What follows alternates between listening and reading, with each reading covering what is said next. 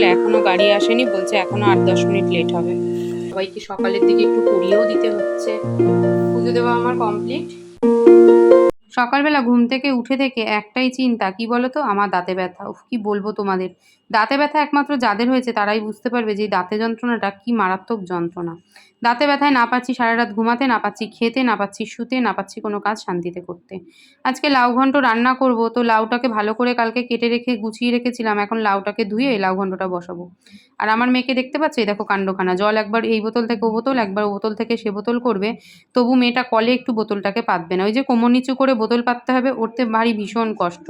আজকে বৃহস্পতিবার, রয়েছে হচ্ছে মনার ম্যাথ ক্লাস। তো সেই ম্যাথ ক্লাসের জন্য রেডি হয়ে গেছে মোটামুটি, দেখতেই পাচ্ছ। সকালে উঠে স্নানটাও সেরে ফেলেছে। যেহেতু স্কুল রয়েছে, আজকে রয়েছে আবার কম্পিউটার প্র্যাকটিক্যাল এক্সাম, স্কুলে যেতেই হবে। আর আমি বিছানাপত্র সব ও ঘর থেকে ঘরে নিয়ে এলাম। আমার রয়েছে আবার 10টা থেকে টিউশানি। মনাকে একদম স্কুলের জন্য চুলটা বেঁধে দিতে হবে, স্কুল রয়েছে বলে। এই একটা কাজ, জানো তো। স্কুল না থাকলে চুলটা যেরম ইচ্ছা একটা বেঁধে দিলেই হয়, কিন্তু স্কুল থাকলে আবার দুটো বেনি, ওদিকে ভাত আর এদিকে লাউ ঘন্টটা বসিয়ে এসেছি। আর মনা আজকে টিফিনে নেবে বললো পাস্তা, রুটি আর করিনি সেই জন্য। তো সকাল বন্ধুরা, পূজা লাইফস্টাইলে আবার একটা নতুন ভিডিও নিয়ে সবাইকে জয়গুরু জানিয়ে চলে আসলাম। আজকে হচ্ছে বৃহস্পতিবার, সকালবেলা তো মনা চলে গেল দেখতেই পেলে পড়তে। আর আমার তো রান্নাবান্না এদিকে মোটামুটি শেষের পর্যায়ে। শেষের পর্যায়ে বলেও কিন্তু এখন শেষ নয়, কারণ মনার আজকে টিফিনে বানাতে হবে হলো পাস্তা। তো সমস্ত কিছু মেজে ঘষে নিয়ে গ্যাস ট্যাস মুছে আবারও বসাতে হবে পাস্তা। তো সেই রান্না শেষ হয়েও শেষ হওয়ার নয় আর কি। ভাত হয়ে গেছে, লাউ ঘন্ট হয়ে গেছে, লাউয়ের খোসা ভাজাটাকে এই যে নামিয়ে রেখেছি, নামিয়ে ওদিকে বসিয়েছি হচ্ছে চা। গণেশ এসেছে, এসেই চা চা চা চা করে চিৎকার করছে। তো চলো ওকে চাটা আগে দিয়ে এসে। সকালবেলা আমার এই চিনি দিয়ে চা খেলে কি হয় বলো তো, মুখটা পুরো টক হয়ে যায়। এই জন্য আমি আমার জন্য চিনি ছাড়া চা ছেঁকে নিয়ে তারপরে সবসময় চিনি দেওয়ার চেষ্টা করি, কিন্তু আজকে ভুলে গিয়ে একবারে চিনি দিয়ে ফেলেছি, ব্যাস এবার মুখটা পুরো টক হয়ে যাবে। চিনি ছাড়া র চা খেতে আমার কোনো অসুবিধা হয় না, আস্তে আস্তে ওটাই অভ্যাস করে নিয়েছি। কারণ চিনি ছাড়া তো গ্রিন টিও খেতাম, ওই গ্রিন টি এর মতনই র চাটা লাগে, একটু কষা কষা ধাঁচ লাগে। তো ঠিক আছে, আর দেখতেই তো পাচ্ছ এখন দুরকম দুটো কাপে আমরা চা খাচ্ছি। এই পাস্তাটা অর্ডার করেছিলাম ফ্লিপকার্টে, এসেছে। পাস্তাটা ঢালার সময়, মানে যখন প্যাকেটে ছিল তখন অতটা বুঝিনি, যখন ঢালছি তখনই দেখে আমার মনে হচ্ছে পাস্তাটা না অ্যাকচুয়ালি বোধহয় আটার পাস্তা, ময়দার পাস্তা না, জানো তো।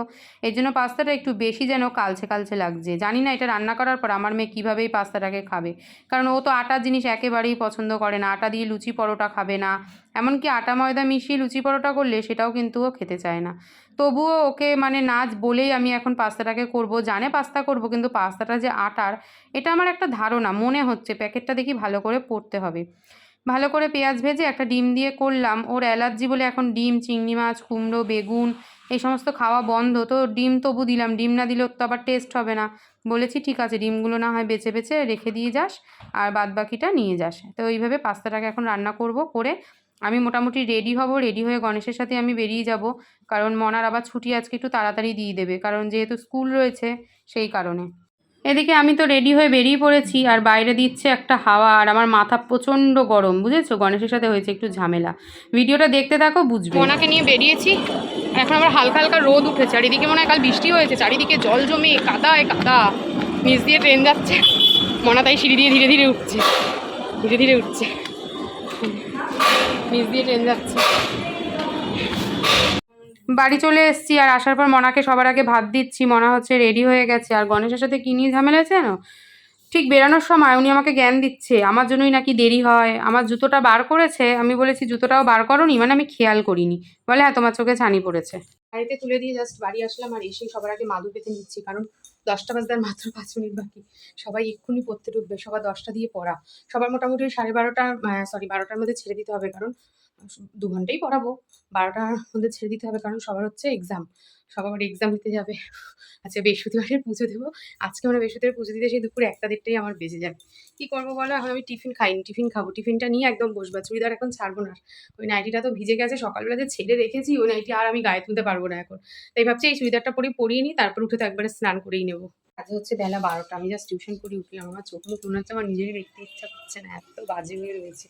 ফলে জল এসছে কখন যেন। আর এই দেখো এই বাটির মধ্যে কী বলো তো, বাটির মধ্যে গণেশের 2-3টে স্যান্ডো গেঞ্জি আর সাদা রুমাল এত পরিমাণে নোংরা হয়েছিল, আমি ভালো করে সার্ফের জলে গরম জলে ফুটিয়েছি। এবার ওটাকে ব্রাশ দিয়ে ঘষবো, ঘষে নিয়ে তারপরে যাব স্নান করতে, তারপরে বৃহস্পতিবারের পুজো, তারপর আলনার জামা কাপড়। এই দেখো, সেই কালকে আমি আলনার জামা কাপড় ধরতেই পারিনি, ওভাবেই পড়ে আছে। আর ঘরটা না একটু ঝাড় দিতে হবে, কেন বলো তো, সবাই পড়তে ঠরতে এসেছিলো তো, সেই সকালে ঘর মুছেছি, এখন ঘরটা ঝাড় না দিয়ে বৃহস্পতিবারে পুজো দেওয়া যাবে না। চলো ফোনটা চার্জে বসে বসি, আগে স্নানটা সেরে নিই। করে বৃহস্পতিবারে পুজো দিয়ে আজকে উঠতে উঠতে আমার বেজে গেল প্রায় 1:30। এখন বেশিরভাগ দিনই এরকম হচ্ছে। কি করব বলো, কাজের চাপ, সবার এক্সাম চলছে, তো সবাইকে সকালের দিকে একটু পড়িয়েও দিতে হচ্ছে। পুজো দেওয়া আমার কমপ্লিট, স্নান পুজো সমস্ত সেরে আমি পুরো এখন হাঁপিয়ে গেছি। জামা কাপড় যা বাইরে ছিল সব তুলে ফেলেছি। আকাশটা কেমন একটা গুমট মেরে আছে, না রোদ আজকে না বৃষ্টি না কিছু, কেমন একটা দম রয়েছে। জামা কাপড় সব এনে ঘরে এদিক ওদিক সেদিক সব মেলে দিয়েছি। আর এখন করবো হচ্ছে খাওয়া দাওয়া, খেয়ে দিয়ে নেবো একটু রেস্ট। এই ঘরেই শোবো, এই ঘরে মাদুর পেতেই রেখেছি, কারণ বিকেলে আবার পড়তে আসবে। চলো এখন একটু খেয়ে দিয়ে রেস্ট নিই। বাজে হচ্ছে প্রায় 5টা। আমি তো সন্ধে পুজো দিয়ে নিয়ে রেডি হয়েছি মানাকে আনতে যাওয়ার জন্য, আর বাইরে হয়ে এসেছে ঘোরতর অন্ধকার, বুঝলে। বৃষ্টিও বোধহয় পড়া শুরু হয়ে গেছে, হ্যাঁ, এক ফোঁটা করে বৃষ্টিও পড়া শুরু হয়ে গেছে। ছাতা মাথায় নিয়ে এবার যাই, গিয়ে মনার জন্য দাঁড়াই, কারণ না হলে যদি একটু আগে গাড়ি চলে আসে তাহলে আবার ভিজে যাবে। ভিজে যাওয়া দরকার নেই এই ওয়েদারে, চলো গিয়ে দাঁড়াই আমি।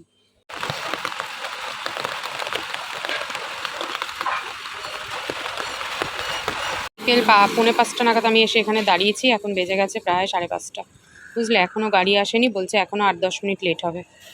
বেকার বেকার আমি 4:45টার সময় এসে মশার কামড় খাচ্ছি এখানে দাঁড়িয়ে দাঁড়িয়ে। এদিকে বৃষ্টিটাও একটু থেমে গেছে, এদিকে মশা আমাকে পুরো চেকে ধরেছে।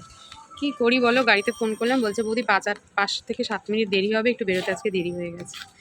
এই হলো গাড়িতে দেওয়ার জ্বালা। দেখো স্কুল দিয়ে এসছে পুরো ভিজে, স্নান হয়ে গেল গাড়ি দিয়ে নামতে গিয়ে, আমিও পুরো স্নান। এটা যেই মুহূর্তে থেমেছিল সেই মুহূর্তে আসেনি, যেই মুহূর্তে আবার জোরে নেমেছিল সেই মুহূর্তেই এসছে। আমি এসে আগে নাইটি ছাড়লাম, কারণ পুরো ভিজে গেছি। মনা বসেছে এখন খেতে, ওর খুব জোর খিদে পেয়েছে, গাড়ি এমনিতেই দেরি করে দাঁড় করিয়েছে, তার মধ্যে আজকে পাস্তা বানিয়ে দিয়েছি। পাস্তাটা তো ফ্লিপকার্টে অর্ডার করেছিলাম, তো সেই পাস্তাটা এসছে। যত সম্ভব পাস্তাটা আমি রান্না করার পর বুঝেছি যে ওটা আটার পাস্তা।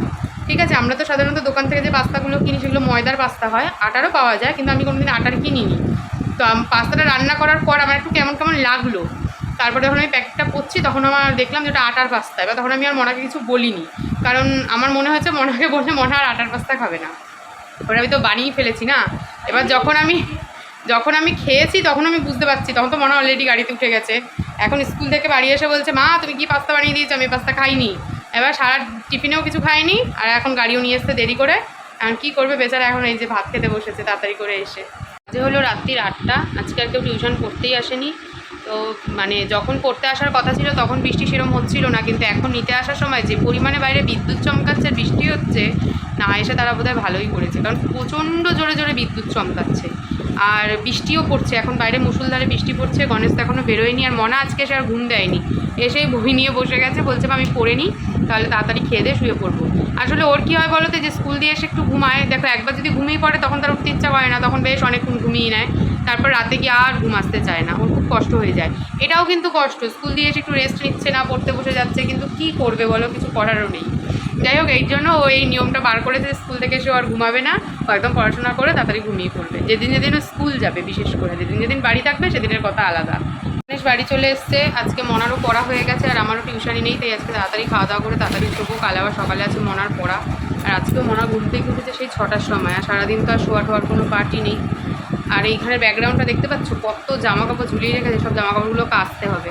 তো চলো ভিডিওটা আজকে এখানেই শেষ করছি। ভিডিওটা ভালো লাগে প্রথম থেকে শেষ অবধি দেখো, লাইক কমেন্ট শেয়ার করো, আর ভিডিওটা ছেড়ে যাওয়ার আগে আমার চ্যানেলটা কিন্তু সাবস্ক্রাইব করে দিয়েছে। দেখা হচ্ছে একটা নতুন ভিডিওতে, ততক্ষণ সবাই ভালো থেকো, সুস্থ থেকো, টাটা, গুড নাইট।